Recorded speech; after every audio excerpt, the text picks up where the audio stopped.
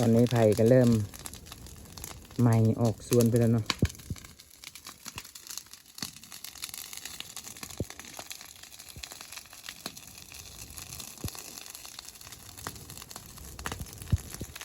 เริ่มแห้งขึ้นเนาะเพราะว่าหอดสลามที่ว่าทางเนาะโอ้ไม่ขักเลยพี่น้องเอ้ยมันเป็นกอเหล้าเนาะเห็นนั่นเนาะก็เลยไม่ขักอะไรบ้างนะ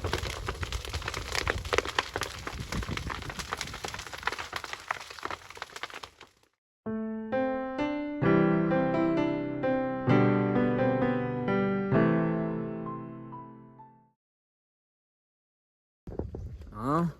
สบายดีสบายดีพ่อแม่พี่น้องทุกคนเนาะมื้อนี้กะ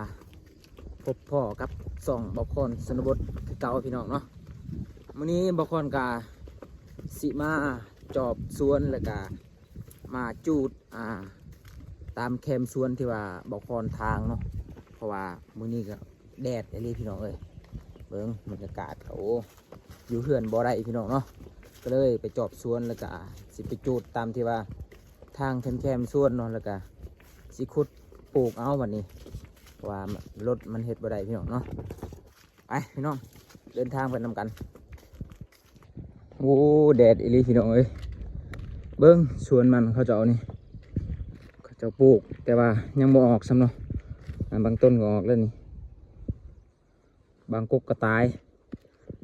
โอ้แดดอันนี้เบิ้งตายหมดเลยส่วนบางคนแห้งกระเด็กพี่น้องเอ้ยหากระปลูกแล้วเมื่อวานนี้มันสิบ่ตายหมดบ่แดดอันนี้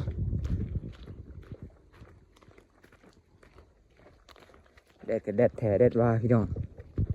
จนว่าอยู่เฮือนก็บ่ได้เนาะ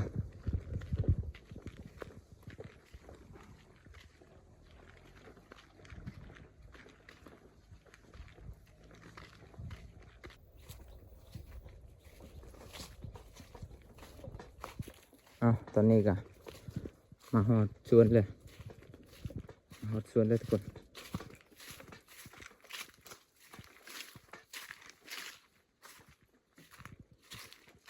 นี่หากระปลูกแล้วเมื่อวานเมื่อคืนนี่เบิ่งสวนบางคนแดดอันนี้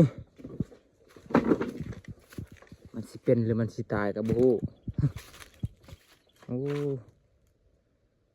แล้วสาดแล้วแบบนี้พี่น้องเอ้ย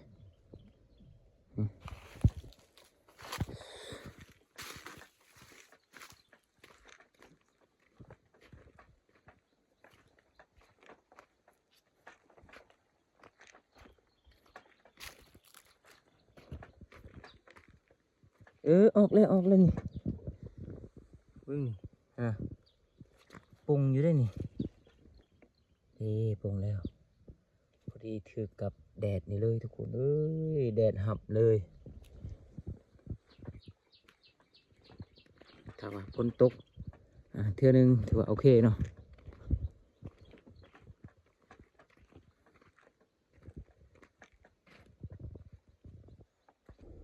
เอานี่แหละพี่น้องเอ้ยนี่ตัวที่ว่าบางคนอยากจูดเนาะนี่แคมสวนมันนี่แหละนี่บางคนทางไว้แต่โดนเลยจนไม่กับหญ้ากระปงมาเลยเบิ่งกล้วยกันสูงมาแล้ว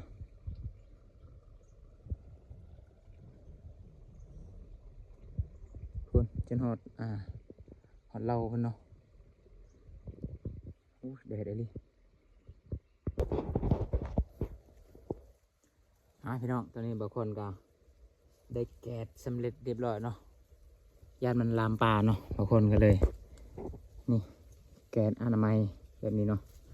ญาติมันใหม่เข้าปลาเนาะเมื่อยพี่น้องเอ้ยบางคนจิจูดแต่พี่ไปพุ่นเลยเนาะ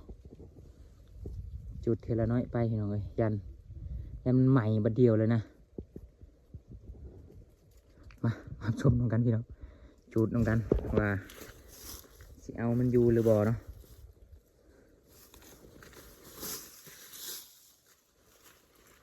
จุดแต่พี่ไปเลย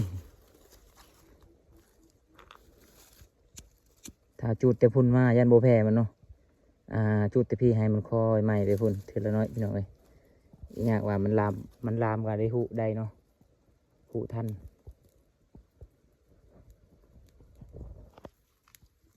พุ่นจุดเข้าสวนไปแล้วจุดแต่นอกเข้าใน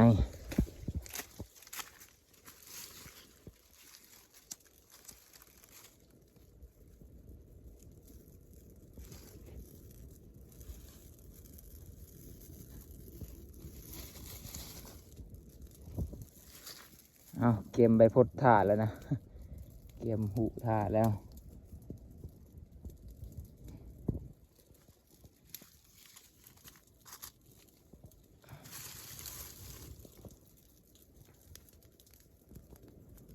เอา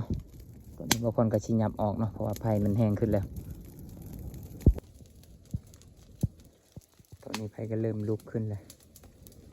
ยีรุมยังโมใหม่มาอยู่ถึงก่อนบางคนบ่ให้มันขาบมาเบื้องนี้เนาะเบื้องนั้นก็ดับเรียบร้อยแล้วเนาะอย่างสวยงามพี่น้องเอ้ย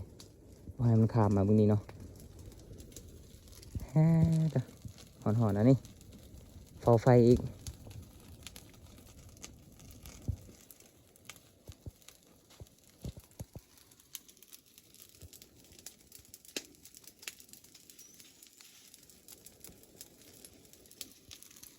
ไฟเริ่มขึ้นเลยใบกล้วยขักขนาดใหม่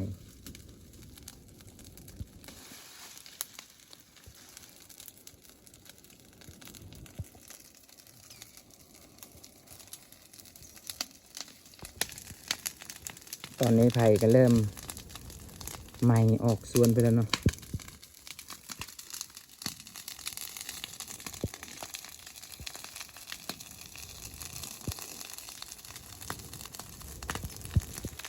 เริ่มแห้งขึ้นเนาะเพราะว่าหอดสลามที่ว่าเอาทางเนาะ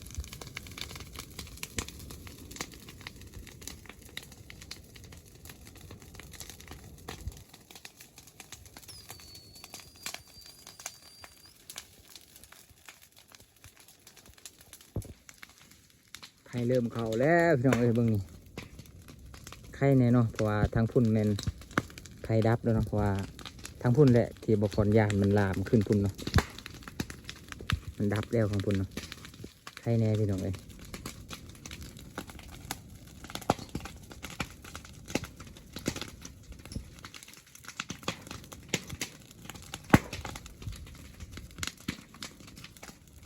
ลมมาอีก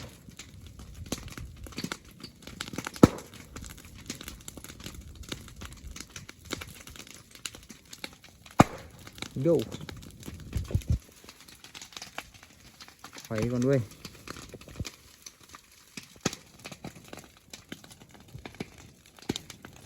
ให้มันวิทย์แถวๆนี้ก็ให้มันใหม่มาพี่ก็แล้วเลยบ่ย่านแล้วบัดนี้เนาะเพราะว่าอยู่นี่มีแต่ปลาบอลนี่นะครับเป็นน้ำอยู่พุ่นเนาะมันบ่ข้ามหรอกย่านแต่ที่นี่แหละ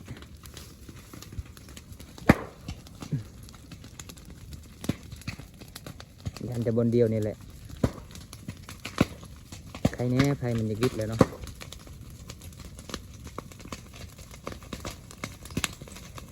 ซึ่งนี่แหละไผ่มันแห้งจริงมันเป็นกอบงจริงเป็นกอบงกอไลพี่น้องเลย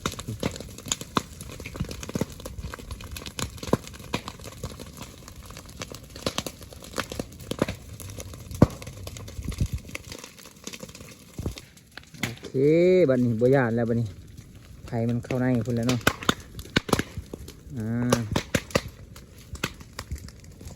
เบื้องนี้คือว่าโอเคแล้วเบื้องนี้ฮะหมดแล้วทุกคน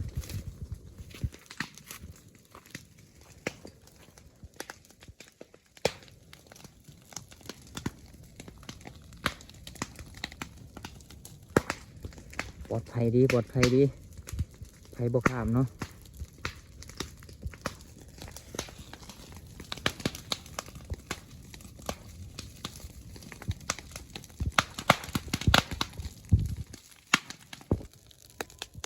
หลังจากที่บอกคนจูดแคมส่วนตัวนั้นเรียบร้อย บางคนก็มาจูดคุมบมตอนที่บางคนทางนี่เนาะนี่จูดอันนี้สำเร็จแล้วบางคนก็สิลงน้ำห้วยพี่น้องเอ้ยตรงเลาะผักโกดผักอิหยังไปนั่นแหละเนาะความมันห้อนโพดพี่น้องเอ้ย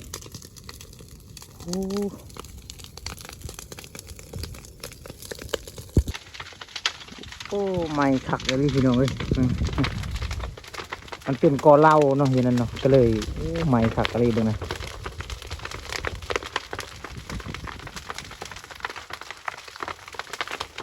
บลาไปบัดเดียวโลด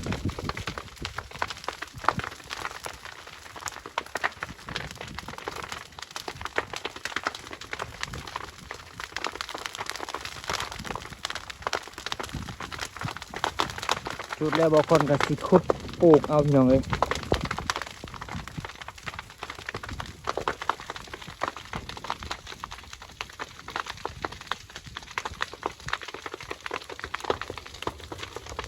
ข่าวเดียวมันไหม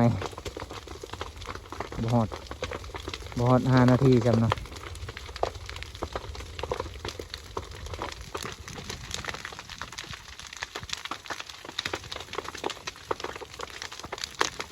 เอามาเบิ่งอีกพี่น้องหลังจากที่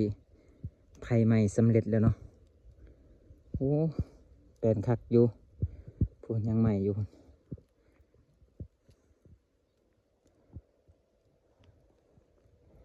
สบายตาในนิดนึงเนาะได้จูดแล้วโอ้ถ้าพุ่นเขาจะเอาจูดให้พุ่นพี่น้องเบิ่งนะแดดอันนี้ไผ่กระจูดแล้วเนาะพุ่นเห็นบ่ควันไผ่พุ่นตวาดอยู่นะสุดยอด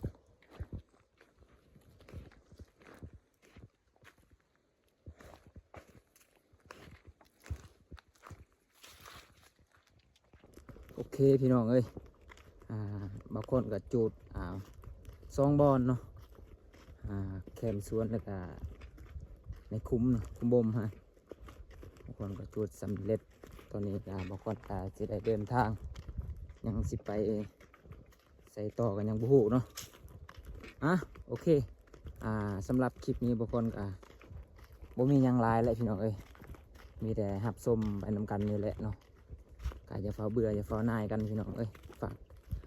กดไลค์กดแชร์แล้วก็กดติดตามซอยแน่เนาะโอเคสำหรับคลิปนี้บางคนก็สิขอจบเพียงเท่านี้ก่อนบางคนก็สิลงนำหวยเนาะต่อคลิปหน้าพี่น้องเอ้ยคลิปต่อไปเนาะเพราะว่าคลิปนี้มันก็ยาวเติบแล้วประมาณ10 ปลายเลยพี่น้องโอเคเนาะเจอกันคลิปต่อไป